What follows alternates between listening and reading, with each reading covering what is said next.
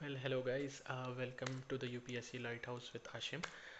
So in this video, we'll talk about mock tests and what I did about them, and also how to attempt the paper and what I and the way in which I attempted the paper for both GS and CSAT.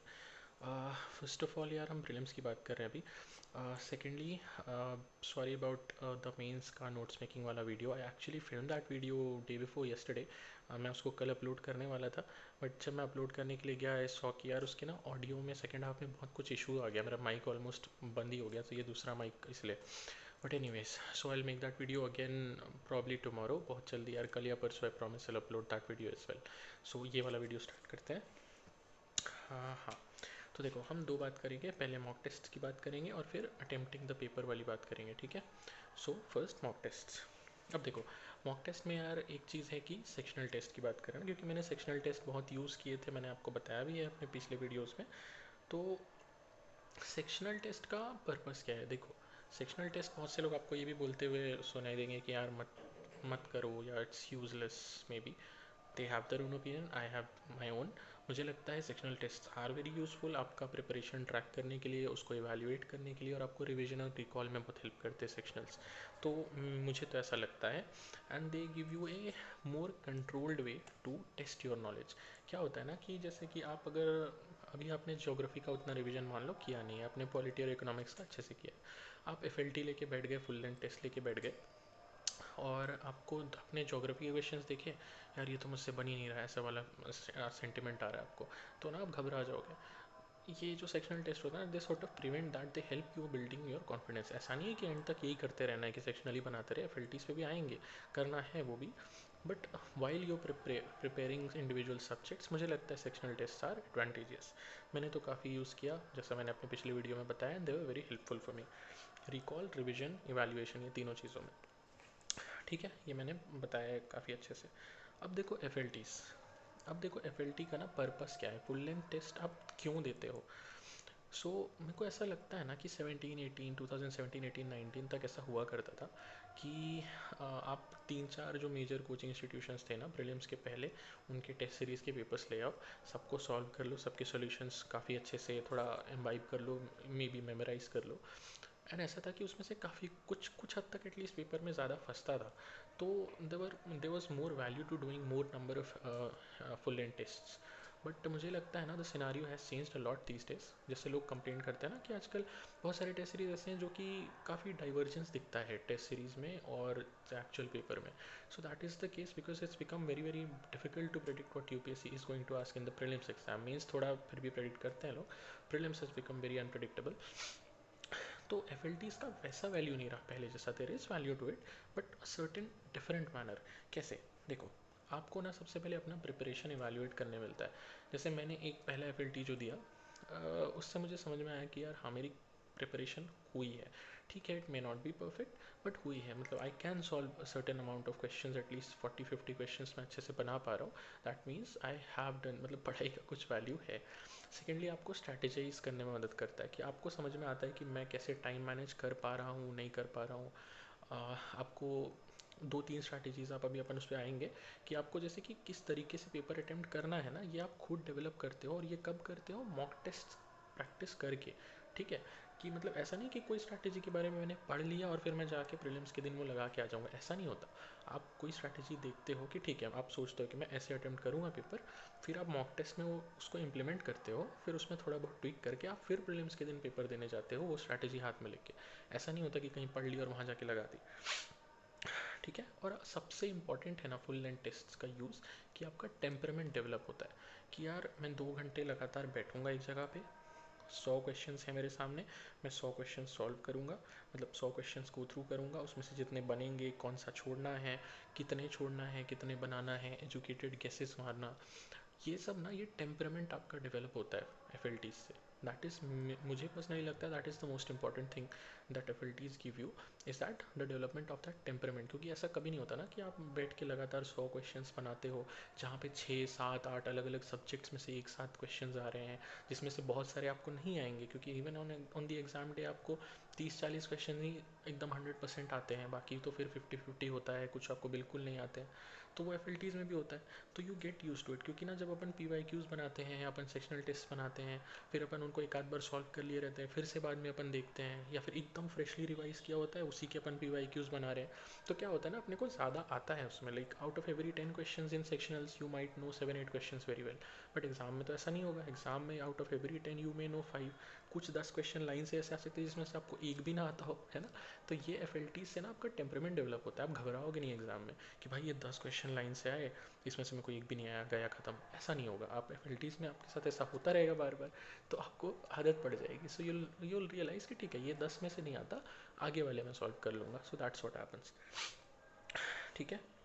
अब हाँ, कौन से FLTs देना चाहिए। Sectional test का तो मैंने बताया है अपने पुराने वीडियोस में, मैंने कौन से यूज़ किया। आप ऑफकोर्स कोई दूसरी यूज़ कर सकते हो, आपको अच्छा लगे तो। FLTs में यार मुझे ऐसा लगता है ना कि rather than picking single test series और उसके 30 पेपर सॉल्व करना, आई वुड सजेस्ट कि यार आप मार्केट में से मल्टीपल कोचिंग इंस्टीट्यूशंस के अलग अलग FLTs ले लो। मतलब 2 किसी के ले लो, एक किसी का ले लो, 2 किसी और के ले लो। तो आपको ना अलग अलग पर्सपेक्टिव से, जब वो उनका बनाने का भी क्वेश्चंस थोड़ा अलग अलग तरीका होगा, उनका कुछ अपना माइंडसेट होगा, तो आप हर तरीके के क्वेश्चंस के लिए प्रिपेयर्ड रहोगे। कहीं ज़्यादा हो सकता है किसी में स्टैटिक ज़्यादा आता हो, किसी में करंट ज़्यादा आता हो। So you will get multiple perspectives and multiple ways to practice for the prelims exam. तो मुझे ऐसा लगता है। बाकी यार आप एक टेस्ट सीरीज़ खरीदना चाहते तो उसमें भी इनफ आपको, like across 15-20 full length test, बहुत सारा डाइवर्सिटी आपको वहाँ भी मिल ही जाता है। मैंने क्या किया था यार, देखो मैंने आपको अबंडेंटली बताया है, आई did not have a lot of time, ठीक है। मेरे पास टाइम का बहुत ही शॉर्टेज था, और मुझे ऐसा लगा एट द टाइम कि मैंने सेक्शनल बनाए हैं और मैंने PYQs किए हैं, तो full length test, this was my personal decision कि I won't do too much. तो मैंने सिर्फ और सिर्फ GS के लिए 3 फुल लेंथ टेस्ट प्रैक्टिस किए थे। पहला वाला जस्ट ऐसे मैं प्रिपरेशन इवैल्यूएट करने बिना कुछ सोचे समझे बैठ गया, 2 घंटे का टाइमर लगा के। सेकेंड और थर्ड में पहला वाला देने के बाद मुझे समझ में आया कि ठीक है, थोड़ा ऐसा स्ट्रैटेजी बना सकते हैं, ऐसा ऐसा कर सकते हैं। फिर मैंने वो चीज़ को सेकेंड और थर्ड अपने FLT में प्रैक्टिस करके देखा, and it work for me. मेरे लिए अच्छा लगा, मुझे सही लगा, मैंने अच्छे से क्वेश्चंस बनाए। तो मुझे लगा कि हाँ ठीक है, मैं प्रॉपर OMR शीट वीट लेके बैठा था। हाँ, और even while I was practising FLTs at home, कहीं गया नहीं था मैं उससे। कौन से वाले यूज़ किए थे यार, मुझे ना वो मिल ही नहीं रहे अभी, but I think most probably vision के रहे होंगे, एंड आई थिंक एक फोरम का था, ठीक है। So that was it for me. CSAT में मैंने कोई भी प्रैक्टिस टेस्ट नहीं लिया था। मैंने प्रैक्टिस के लिए सिर्फ सीधे 2023 का पेपर उठा के उसको एग्ज़ाम कंडीशंस जैसा बना के 2 घंटे में सॉल्व किया। I did the same thing with the 2024 का पेपर एज वेल, ठीक है। तो CSAT के लिए ये 2 चीज़ें की थी, and this was enough for me. मुझे ऐसा लगा कि हाँ यार, मेरी स्ट्रैटेजी सेट है, मेरे को कैसे पेपर अटैम्प्ट करना है, टेम्परामेंट मेरा ठीक ठाक है। I already had that somehow कि मतलब मैं 2 घंटे बैठ के पीसफुली पेपर सॉल्व कर पा रहा था। So I did not feel the need to do more mock tests. Of course in an ideal condition अगर मेरे पास ज़्यादा टाइम होता तो मैं 3-4 मॉक टेस्ट्स और दूंगा, जैसे इस बार मेरे पास थोड़ा टाइम होगा। So what I do is, मैं CSAT के लिए तो ऑलमोस्ट स्ट्रैटेजी सेम रखूँगा, क्योंकि मुझे पर्सनली नहीं लगता कि कोचिंग इंस्टीट्यूशन के CSAT के जो प्रैक्टिस टेस्ट हैं, देख एनीवेयर तो थोड़े भी क्लोज हैं जो एक्चुअल एग्ज़ाम में आता है उससे। But for GS I will do maybe 7-8 practice test this time, but उससे ज़्यादा मैं इस बार भी नहीं करने वाला। So that's it. एक चीज़ और है यार, FLTs मतलब आप CSAT के लिए जैसे भी प्रैक्टिस करोगे, maybe you choose mock test, maybe you do PYQs का मतलब जो प्रॉपर एक पेपर पूरा, लाइक 80 क्वेश्चंस इन 120 मिनट्स। तो वहाँ पे ना यार आप टाइम मैनेजमेंट पे बहुत ध्यान देना, क्योंकि CSAT में ना टाइम मैनेजमेंट का इशू होता है लोगों को।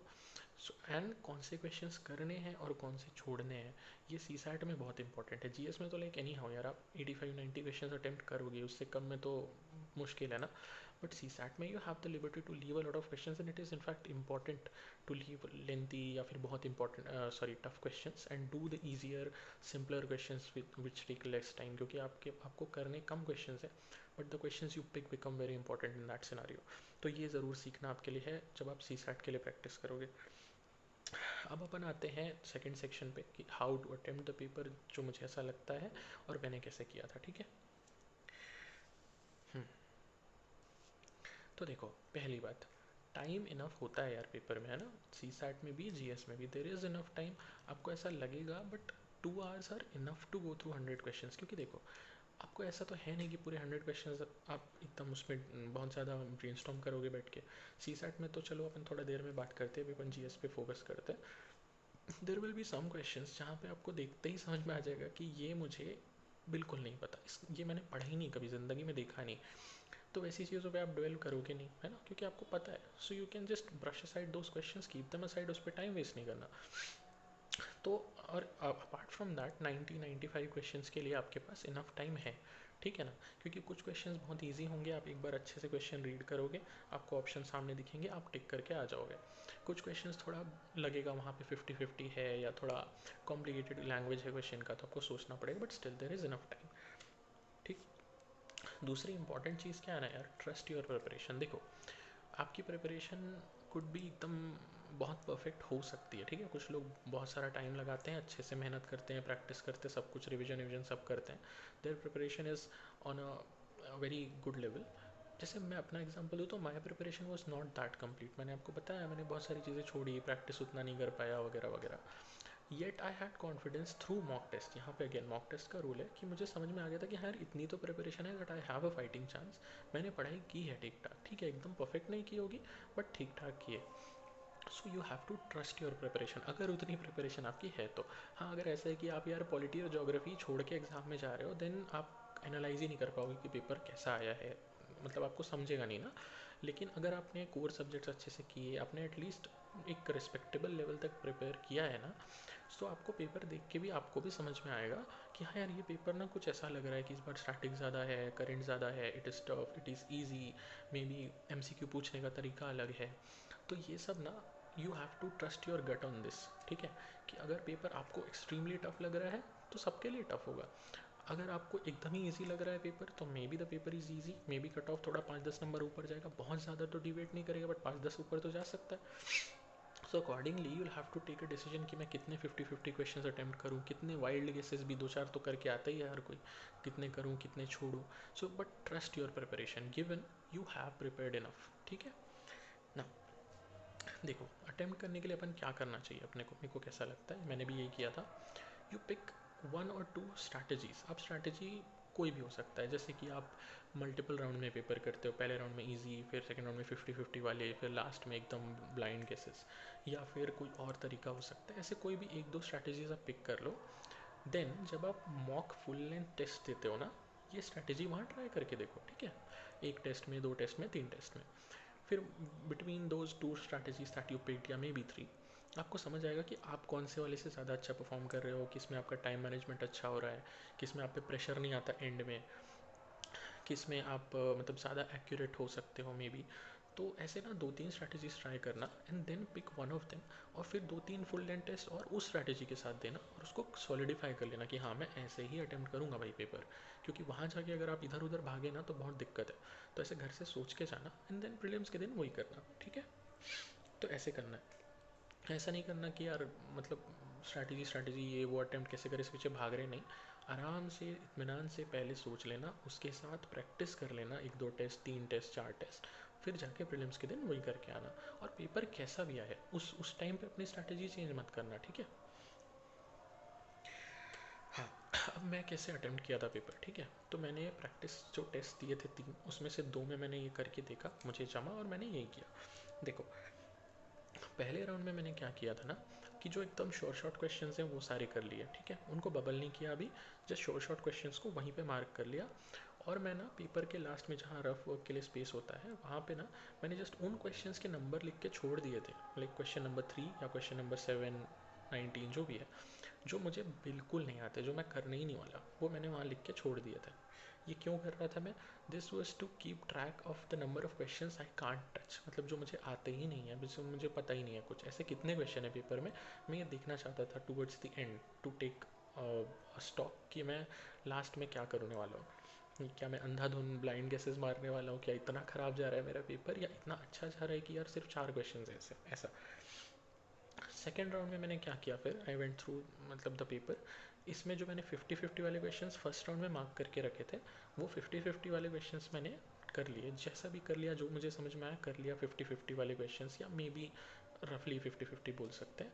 और इसके बाद ना मैंने बबलिंग कर ली, क्योंकि ना यार मुझे ये बहुत डर था कि मैं अगर एंड में जाके पूरी बबलिंग करूँगा तो कहीं ऐसा ना हो कि बबलिंग करना रह जाए ड्यू टू मतलब टाइम ख़त्म हो गया या मैं कुछ गड़बड़ कर दूंगा हड़बड़ी में एंड में। तो ये सेकंड राउंड के बाद मैंने जितने क्वेश्चंस अभी कर लिए थे ना, मैंने सबकी बबलिंग करके रख दी। तो ऐसे करके जितने भी कुछ 50 60 70 क्वेश्चंस तो मेरे हो गए थे। फिर थर्ड राउंड में क्या हुआ कि मैंने ना फिर जाके देखा अच्छे से एंड में मैंने कितने क्वेश्चन कम्प्लीटली छोड़ दिए हैं, कितने अभी थोड़ा ऐसा है कि एक आध क्वेश्चन एक आध ऑप्शन में एलिमिनेट कर पा रहा हूँ, कुछ थोड़ा बहुत आता है ऐसा। और फिर मैंने जो भी मेरे से बन रहा था ना गेस वर्क से भी, वो मैंने बना लिए और साथ ही साथ बबलिंग कर दी, फिर मैंने छोड़ा नहीं कुछ।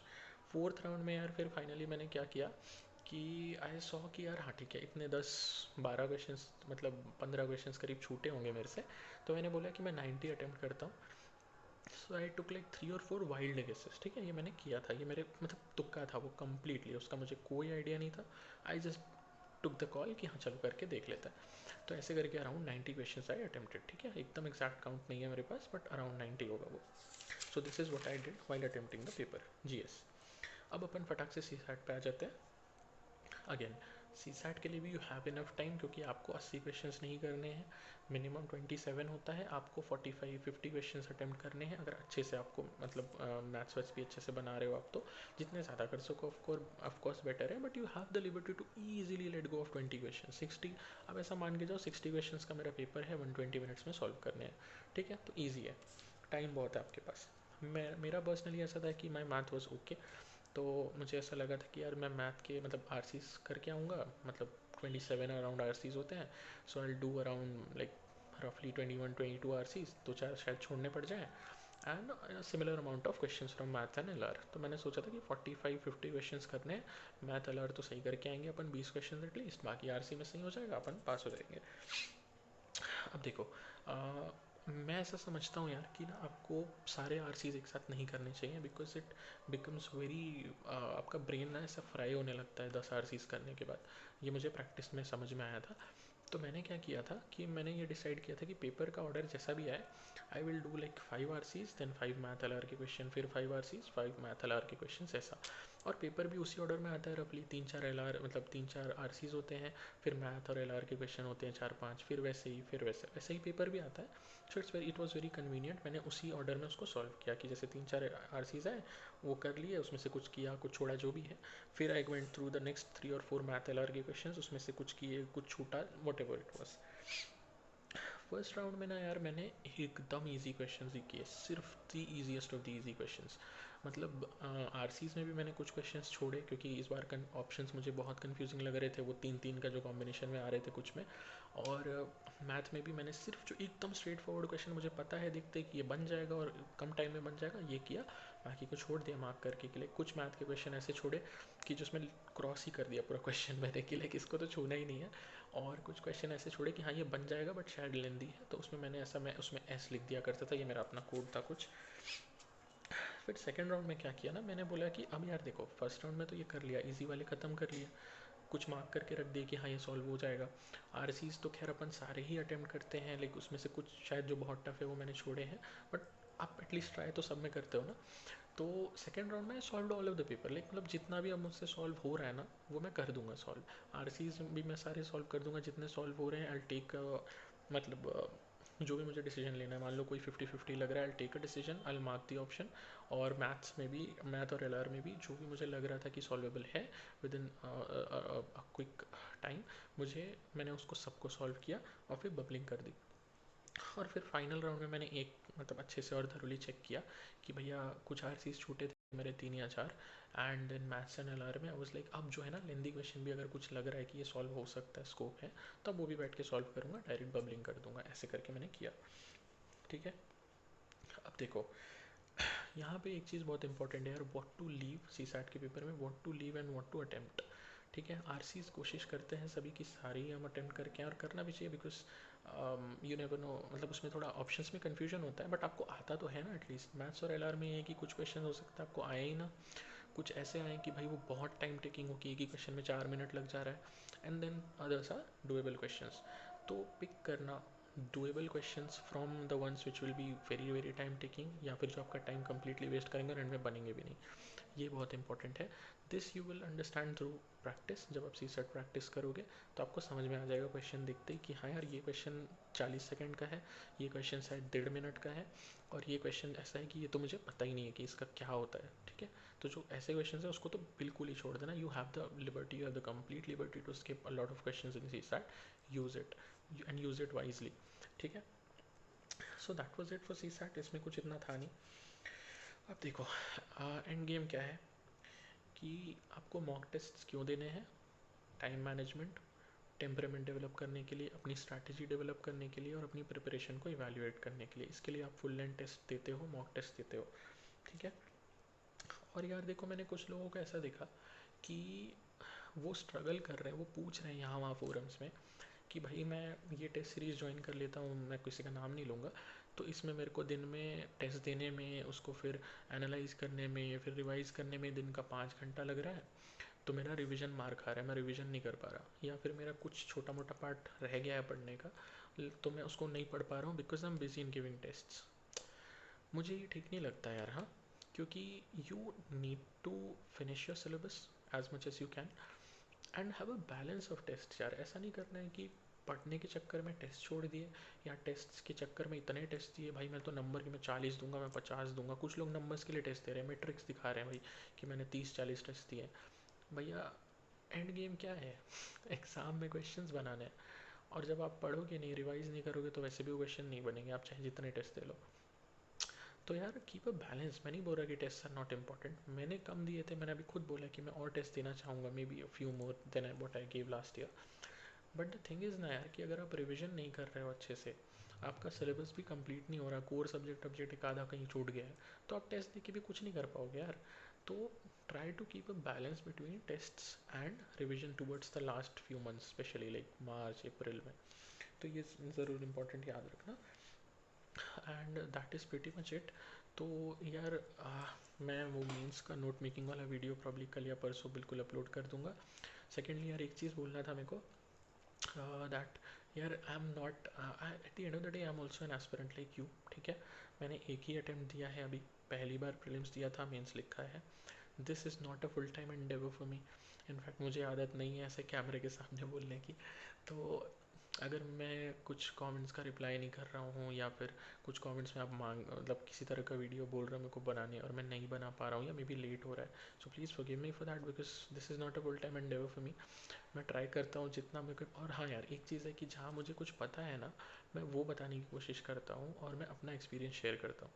आई डोंट वांट टू मतलब कि ऐसा कि just video for the sake of making a video, click बेटी टाइटल्स डाल दिए, और कुछ भी कुछ मतलब कुछ भी बताया जा रहे हैं जिसमें मुझे खुद भी ढंग से नहीं पता है। जैसे मुझे लोग जब ऑप्शनल का पूछते हैं, मैं इसलिए उनको सीधे मैंने कमेंट्स में मल्टीपल जगहों पे बोला है, I won't guide you much on the optional, because मेरी खुद की तैयारी कंप्लीट नहीं थी ऑप्शनल की।